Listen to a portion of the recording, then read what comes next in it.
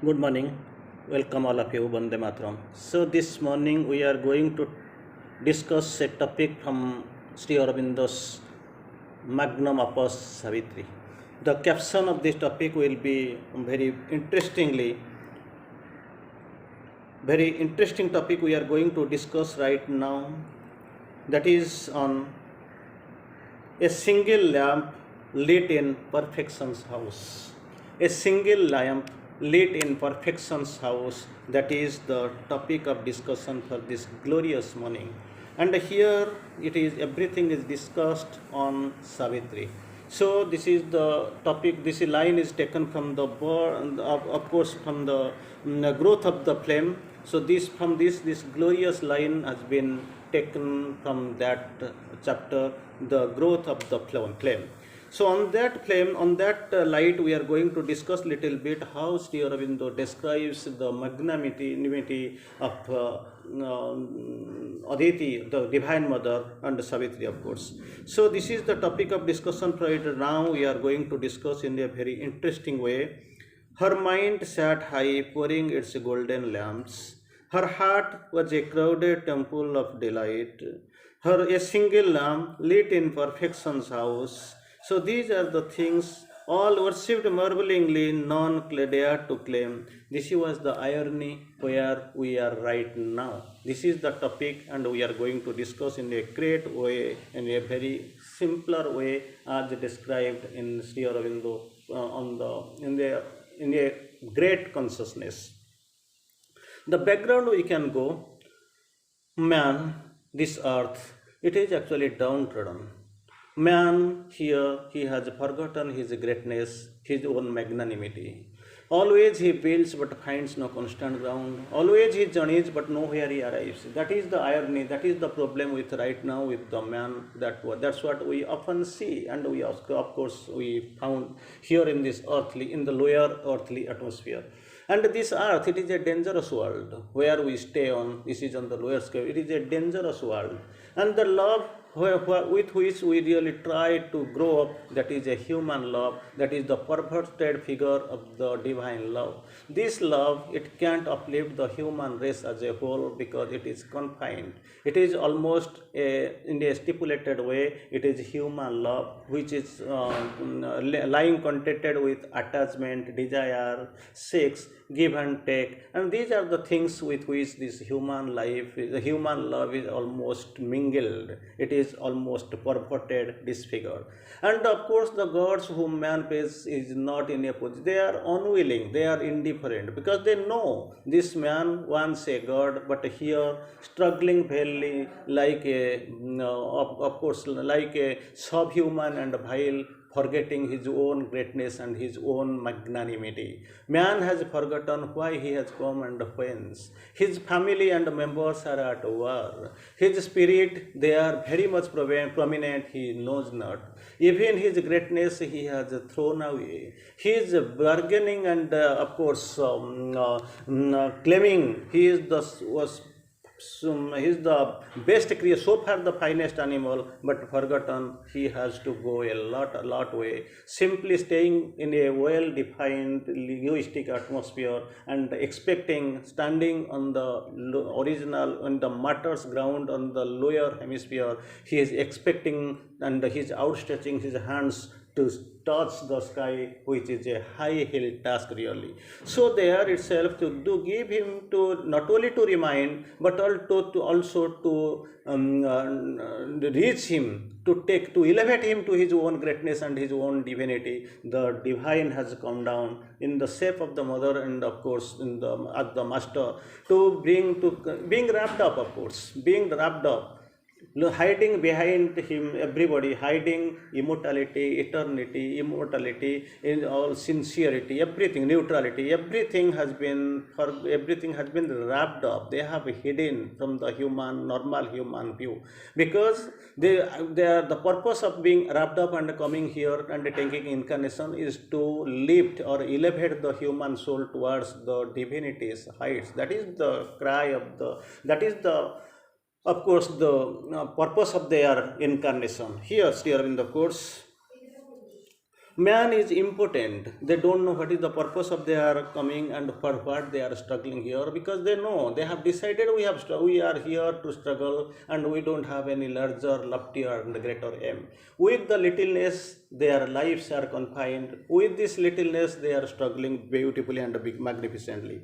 Sri Aurobindo quotes beautifully, and of course, these people, these incarnations, they are struggling for him. They are trying to pursue. They are trying to elevate. They are trying to pursue, and they want to take it, elevate to the height of their own perfection and divinity. But thing is that it is a vain phenomenon, and it is not working. And here in the course, mothers in for what actually mother is doing here, it is a beautiful example. Here in the course, no equal heart came close to join her heart.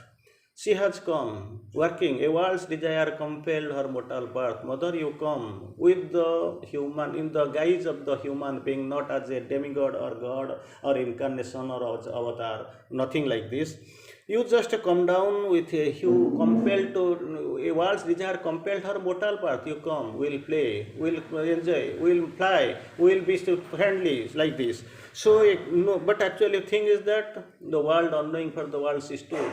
In one time, in one phase, actually man's heart desired and called, Mother, you come down in the human form. But actually after she met here, this man has forgotten why he has come and whence.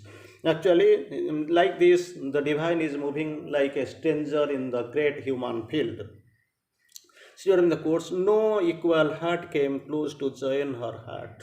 No equal heart came close to join her heart. Second, no transient earthly love assailed her calm. She is calm, like a pond will be staying calm, and she is accepting and expecting, of course, inviting you come and play with you. Create some waves in me. You create something. You try to give a big leap, and you try to merge in me. But actually, there is no answer, no reply from the human being to her call. No equal heart came close to join her heart. No transient earthly love assailed his calm. No hero passion had the strength to seize. We are heroes. We are so many ways. We are heroes. We are doing so and so with all our ego and with all our greatness. Facial expression we feel we are heroes and soldiers. But actually, here in the course, no equal, no hero person had the strength to seize. Then how you are hero? How you claim you are heroes? There is a question. You come, you become, you take forward, you become. To know the divine, to live that, to know is good, to live is better, and to be that is perfect. It is there to become, it is there to manifest, it is there not to worship and to not to submit. It is your gain, because you have forgotten your greatness. We are here to remind of your greatness. Even if you are not going, we are here to help you that elevation. Still then man is impotent and trying to actually dramatizing as if nothing has happened and no chance for moving away. No hero person had the strength to seize. No eyes demanded her replying eyes. Replying eyes, she is ready to reply, but actually no eyes is there at least to respond, at least to a call. A power within her awaited the imperfect place, the self-protecting genius in their clay, awaiting, but there is no answer. Nothing is there like this. Then Sri Aurobindo quotes actually what is the problem with the human being with which actually he is actually moving. What is the real scenario? Why this man is feeling something like helpless? What is the reason? Sri Aurobindo quotes. None could stand up her equal and her mate. None. You can better remember none. None could stand up her equal and her mate. In vain she stooped to equal them with her heights. In vain. She tried. In vain, you know where it is used. In vain, she stooped to equal them with her heights. Too pure that air was for small souls to breathe. So for small breath, they don't want to be great. They have forgotten their greatness. They have forgotten their magnanimity. They don't know what is the purpose of their arrival. With what mission they have come. What can be done? What is their greatness? A really spark of the divine resides in every heart as the soul. But actually they have forgotten. They are least concerned. They are least aware. They are totally unaware of. Too pure that air for small souls to breathe. Each comrade self to raise to her own wide depths. they are actually not interested to move on. So mother course with their happenings, with their help, so her heart desired and feel with her own power. Even if it is not there, you can do. So we are here to fill your heart with a diviner force, and that with their power, their force, they want to build up us, because the reason, what is the purpose? That a diviner force might enter life. A diviner force might enter life, a breath of Godhead greater on human time. So that is the purpose. For that, the divine mother and the divine has fulfilled us with their force and power, with their own, and they are every time they create our base. They are trying to rebuild our base. They want to elevate us towards our divinity height with their own diviner face. With if the base is prepared, with if their power is actually downloaded, is coming and actually helping helping, then what will happen? Then a diviner force might enter life, a breath of Godhead greater than human time. Human time, it is almost limited. So it has to be returned. This mortality has to be replaced by the immortality. This unconsciousness has to be replied by superconscience. This is helplessness must be replied, must be extirpated, must be actually answered with a divine force from outside. But thing is that nobody knows, or even if it is known little to little people, it is almost a fake concept. Then Sri Aurobindo quotes, man, of course, what is the difference really? By staying, we feel these lower selves, tree, flower, garden, beast, they are created for what? Actually, they have been created. We are the Lord's, and they are here, invented by the Lord to serve our, to serve us. But thing is that Sri Aurobindo quotes, and Sri Aurobindo tries to explain what is the real difference between these lower category creatures, and of course against on the second five, how it is differentiated from the man.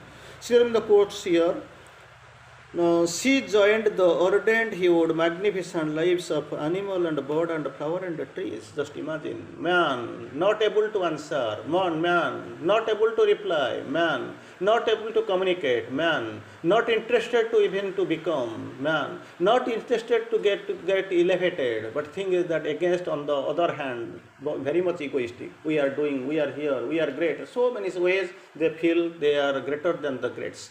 But here in the course about the animal, life of animal and man, she joined the ordained hued magnificent life. Just imagine how this beautiful, this wonderful phrase is used. She joined to what? Mother the divine, Savitri. Then she joined the ardent hued magnificent lives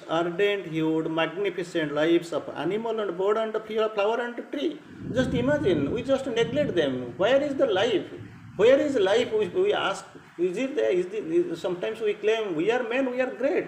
Of course, we have purchased the land and the moon. We are adventuring into different planets, into space. Where these trees and the lands, everything, these birds and beasts stand? Where they stand?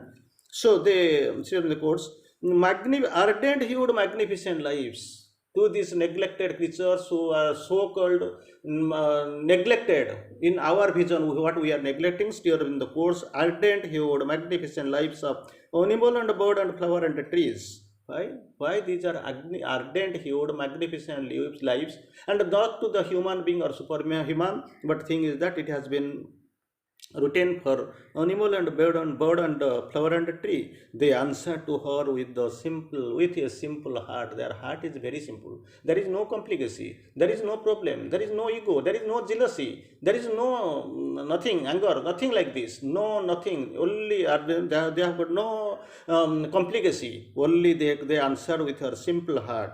In man, but actually in comparison in their counterpart, man, where we stand. In man, a dim, disturbing, some heart lives. It knows, but turns away from the divine light. It knows.